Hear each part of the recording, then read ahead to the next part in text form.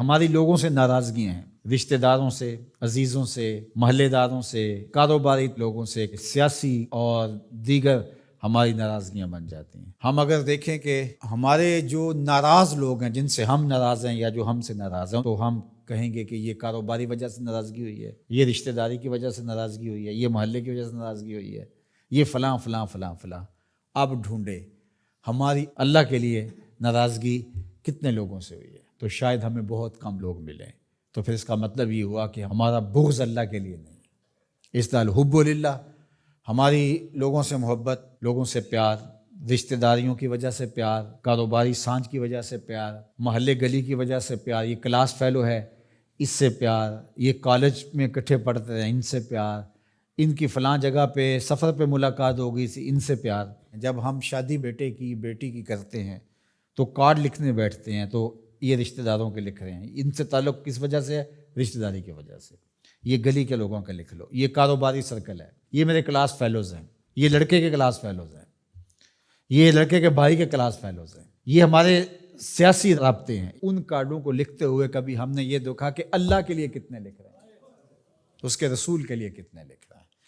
اگر ہم یہ دیکھیں تو پھر ہمیں مبارک ہو، اور اگر ایسا کوئی بھی نہیں، ہماری دوستیوں کے سبب اور ہوتے ہیں، اور ہم کہتے ہیں ایمان کا مزہ نہیں آیا، ایمان کا سرور نہیں آیا، کہتے ہیں جتنا گڑ ڈالو گے اتنا ہی میٹھا ہوگا، تو تم نے گڑ ہی نہیں ڈالا تو اس پھیکے سے کیا مٹھاس آئے گی؟ تو یہ گڑ تو تم نے ڈالنا تھا۔ احب الاعمال کا، افضل الاعمال کا، الحب فی اللہ والبغض فی اللہ، تمہاری لوگوں سے محبت بھی اللہ کے لیے، تمہاری لوگوں سے دشمنی بھی اللہ کے لیے۔ اللہ اکبر۔ تو ہم نے وہ معیار ہی مقرر نہیں کیا، تو پھر اس کا لطف اور اس کی حلاوت کیسے نصیب ہوگی؟ رسول کریم صلی اللہ علیہ وسلم نے ارشاد فرمایا کہ لا یحق العبد حقیقت الایمان حتی یغضب للہ و یرضى للہ، کوئی شخص ایمان کی حقیقت اور حلاوت اور لطف اور مزہ نہیں پا سکتا جب تک لوگوں کے ساتھ اس کی ناراضگی بھی اللہ کے لیے ہوتی ہے، لوگوں کے ساتھ صلح بھی اور محبت بھی اللہ کے لیے ہوتی ہے۔ اللہ اکبر۔ فَإِذَا فَعَلَ ذَلِكَ اسْتَحَقَّ حقیقت، اور اگر کوئی شخص ایسا کر لیتا ہے، اس سے اس کی لوگوں کے ساتھ محبت اور نفرت کا معیار، اللہ کے لیے محبت اور نفرت کا معیار یہ ہے، تو پھر وہ حقیقت ایمان کا نور پا جاتا ہے۔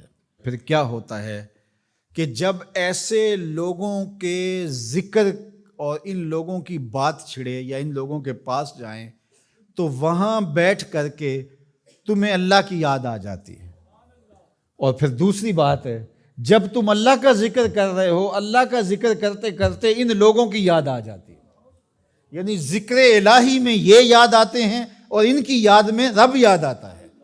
اللہ اکبر۔ یعنی پھر یہ اللہ کے ذکر سے الگ نہیں ہوتے، تم یاد رب کو کر رہے ہوتے ہو تو رب کے یہ دوست بھی ساتھ یاد آ جاتے ہیں، اور اگر تم ان کو یاد کر رہے ہو تو ان کو یاد کرتے کرتے رب یاد آ جاتا ہے، کیونکہ تمہاری ان سے محبت ہی اللہ کے لیے ہے۔ اسلام کی، دین کی، ایمان کی خوبصورت اور مضبوط کڑی یہ ہے کہ تم کسی سے پیار کرو تو وہ بھی اللہ کے لیے، کسی سے دشمنی رکھو تو وہ بھی اللہ۔